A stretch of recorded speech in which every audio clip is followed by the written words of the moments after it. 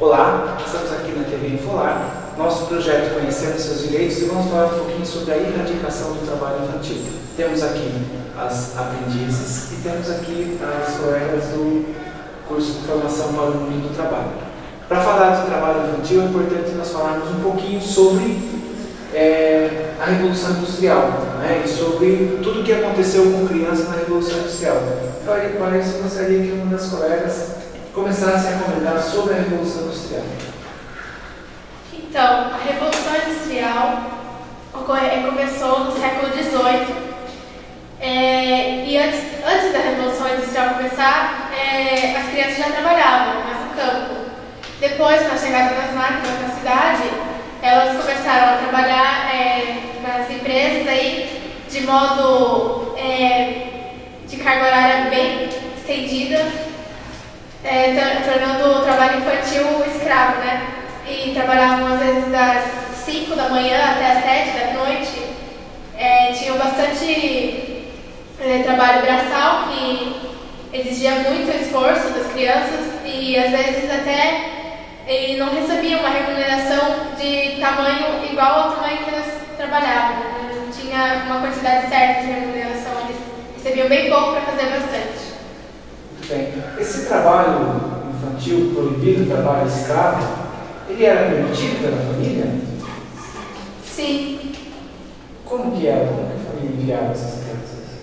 As famílias deixavam as crianças irem achando que era uma forma de educação, que eles iam aprender e iam trazer renda para casa. Mas era diferente, porque as crianças elas não tinham conhecimento criando, elas apenas trabalhavam e sofriam as punições, caso não fizessem o certo. Quanto tempo essas crianças trabalhavam? Às vezes 12 horas por dia. E a convivência familiar? Tinha convivência familiar? Quando era vida no campo, ainda eles tinham tempo, eles ficavam bastante com a família. Depois que foi a Revolução Industrial, que eles começaram a trabalhar nas fábricas, já não tinham o mesmo convívio. Eles deixavam melhor a criança, né? A criança mulher, porque era uma forma que eles faziam, eles comandavam as máquinas, só que porque se eles pagassem por homem, o salário seria mais, eles seriam difíceis de comandar, não tão fácil como eles comandam criança, porque eles davam uma ordem para a criança fazia sem questionar, já o homem não seria igual. Precisava, porque tipo assim, tinha as meninas, elas faziam faxina, e para uma criança é um trabalho pesado. Tinha criança que acabava morrendo porque não aguentava. E aí nós temos aqui as colegas aprendizes, FBA, Rontan. Quantas aprendizes mais ou menos tem na empresa de vocês hoje? Na FBA são 20 do Senai. 20 do Senai. E a Rontan, quantas aprendizes tem mais ou menos? 16 aprendizes. Né? Esses aprendizes que trabalham com vocês lá, tanto com vocês, existe alguma exploração desse trabalho? Vocês veem o aprendiz em algum trabalho perigoso, ou o aprendiz dentro da empresa ele tem uma certa proteção hoje em dia? Dentro da empresa eles têm uma proteção, mas pode trabalhar pesado. Não trabalha pesado. Trabalhando no escritório. No caso do Senai, eles são preparados para a área mecânica, elétrica. Aí o trabalho deles é diferente do nosso. O nosso a gente não pode entrar na área fabril, nas máquinas. Eles já podem se formar aos 18 anos. A exploração da criança, ela não se dá só na empresa. Que no decorrer dos anos, não só no Brasil, né, no caso dos sertões, que vocês podem comentar também, mas tem o caso que foi o marco mundial, onde se percebeu que precisava olhar em relação à exploração da criança dentro da família, que foi o caso da Marielle. Bom, ela era uma menina americana que após a morte do seu pai, ela só tinha mãe. E a mãe já não tinha mais condições e não tinha tempo para ficar com ela. E aí ela foi enviada para uma família. E essa família, o marido acaba morrendo. A mulher casa novamente e vai morar num apartamento com o novo marido dela. E aí começa a exploração. E aí os vizinhos começam a perceber que a menina não sai, que quando ela sai ela tem hematomas no corpo, que ela não tinha roupas adequadas para o frio. E aí eles acabam chamando uma missionária para vir até a casa. E quando ela chega na casa, é comprovado que a menina é espancada, que ocorrem os maus tratos. E aí eles vão, e aí essa missionária faz de tudo, ela corre atrás de autoridades para tentar resolver o caso. Só que ninguém quer se meter, falam que é caso familiar, então ninguém pode se meter. Daí, por causa dessa lei que tinha de proteção dos animais, porque na época não tinha proteção das crianças, eles trataram a Melanie como se fosse um animal. Eles falaram, no caso, se o animal tem proteção, vamos tratar ela como um animal, para ela poder ser protegida também. Daí ela foi tirada da família e ela ficou numa casa num abrigo juvenil, até a família conseguir a custódia dela, os familiares conseguiram. Daí depois, a mãe dela ficou presa durante 1 ano.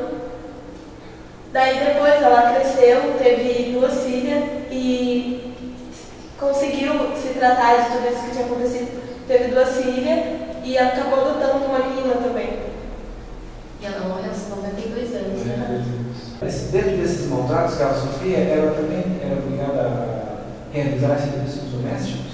Sim. Que era a incapacidade dela. Além da capacidade. Teve um documentário que ela disse quando ela foi lá para o juiz, que ela falou que ela não sabia quantos anos ela tinha, que ela não lembrava da mãe dela, da primeira mãe dela, que dessa mãe dela adotiva, que ela nunca ganhou um abraço, nunca ganhou um beijo. E o crescimento dela também foi prejudicado. Ela tinha a idade de 8, mas a aparência, a estatura de 5 anos.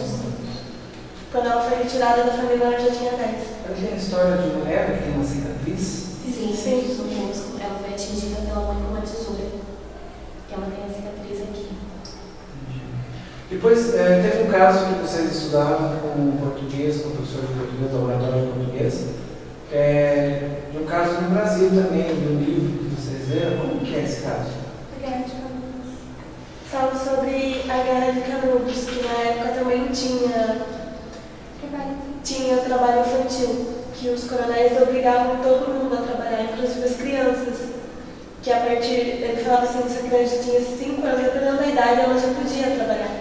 E nesse trabalho aí que eles forçavam, acabou acontecendo várias mortes. Porque, por exemplo, uma criança de 5 anos andar de cavalo é perigoso.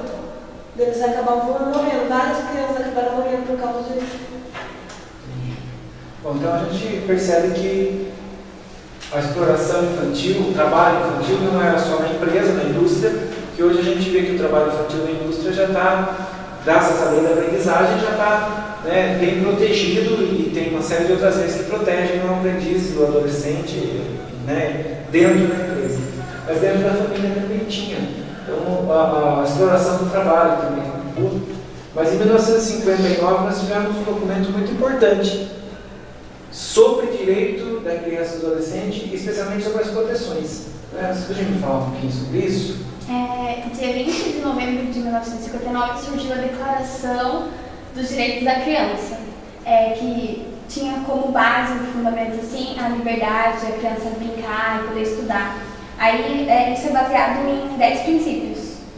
Que algum deles é direito à nacionalidade, direito à proteção da família, ao desenvolvimento, e se uma criança for especial, tem direito a uma educação especial a ela. E tudo isso foi baseado, o ECA hoje se baseia nesses 10 princípios. Tem um artigo nessa declaração que fala especificamente sobre trabalho também, né? A criança tem o direito a ser protegida contra o abandono e a exploração no trabalho. Então, a gente vê que o mundo já estava olhando com relação a essa questão do trabalho, né? Contra essa exploração prejudicial, que fazia com que a criança não desenvolvesse. Né? Em 1990, no Brasil especificamente, uma lei, um ponto que começa a definir melhor e definitivamente essa questão da proteção da criança e do adolescente. O Estatuto da Criança e do Adolescente foi criado após a ditadura e foi o resultado da luta da nação, de todo o trabalho infantil, de tudo que vinha acontecendo na história, da exploração do trabalho. E aí fizeram a ECA para garantir que a criança tivesse direito à educação, à liberdade, direito à vida principalmente, direito à alimentação, direito à família. O contrato de aprendizagem tem um detalhe muito importante que é com relação ao estudo, né? Conta para mim um pouquinho como que é essa obrigatoriedade do estudo, como que é o estudo, a escola para o aprendiz. É normal, ele não pode deixar os estudos do lado para trabalhar. Tem que ter um bom desenvolvimento na escola e estar encaixado dentro do curso. Se o aprendiz perde o ano, ele continua sendo aprendiz? Não. Muito bem. E o interessante é assim, vocês estão na empresa para aprender. Ocorre a aprendizagem? Vocês aprendem dentro da empresa? Sim. E como que é esse aprendizado? Tem uma pessoa que ensina a gente, No caso, o tutor. isso, o tutor que ensina a gente as funções que a gente pode fazer e que a gente não pode fazer. Qualquer coisa que acontece, ele se responsabiliza pela gente. Entendi.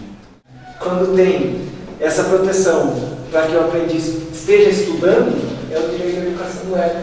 Quando tem essa proteção do aprendiz para não ter nenhuma atividade perigosa que prejudique a saúde, é o direito à saúde, né, que nós vemos no ECA.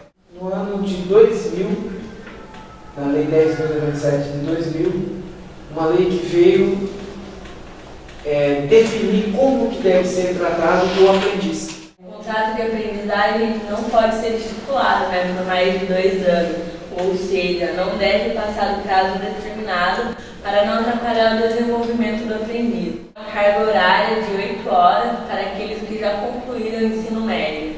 Também a carga horária de 4 a 6 horas para aqueles que estão cursando o ensino médio. Também o aprendiz tem direito à carteira de trabalho assinada, o recolhimento do fundo de garantia por tempo de serviço, férias e 13º salário. E o melhor de tudo isso é que o trabalho não pode afetar os estudos, né? No caso, o aprendiz vai estar aprendendo na escola, vai estar aprendendo no trabalho, mas não vai afetar a área do estudo. Dos deveres dos aprendizes, quais os que vocês acham mais importantes? Estudo. Estudo. E a escola. Ir à escola. Muito bem. É o dia a dia de trabalhar, a gente tem que vir na instituição para se aprofundar mais na área. No dia a dia. Vocês têm visto no dia a dia de vocês algum tipo ainda de trabalho infantil proibido, trabalho infantil que não é dentro dessa proteção do ECA, da lei da aprendizagem? Eu acho que esses jovens, né, que estão trabalhando de auxiliar de pedreiro e ficam muito tempo fazendo isso. Nas construções. Isso.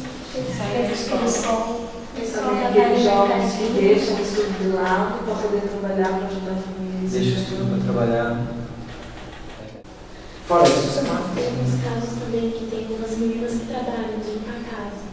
Assim, eles Trabalho de faxineira. deixam o estudo para ligar mais ao serviço doméstico. Sim, trabalho doméstico. A nossa missão ainda é grande, né? Ainda é grande.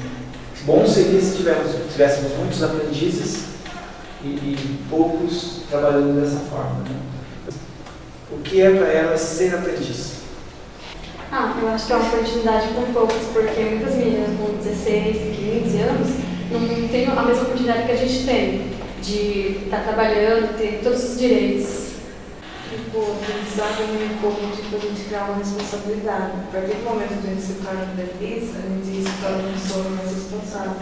Ele passa aquela preocupação lá, serviço, a escola, saber que tem essa responsabilidade que você não vai poder deixar de lado. Quando você trabalha, você aprende a dar valor no dinheiro, que você vê que não vem tão fácil. Quanto mais você tenta, mais você vai ter sucesso, mais fácil vai chegar.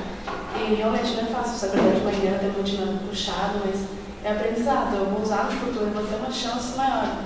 Então é importante que a gente pense que, apesar de não ser fácil, são oportunidades que estão ali. E vale a pena. É questão de você aproveitar, né? Eu poderia estar dormindo, mas eu vou estar aqui aprendendo, coisa que mais pra frente vai ser muito. Tem uma diferença entre se estou dormindo na casa e a gente está aqui aprendendo. Vale a pena Sim, claro, porque você aprende a dar valor às coisas que, se você falar na rua, você não tá nem aí. Você não vai aprender o que você aprende aqui. Por exemplo, tem conhecimentos aqui que a gente aprende e na escola não ensina. É isso, né? Ficamos por aqui.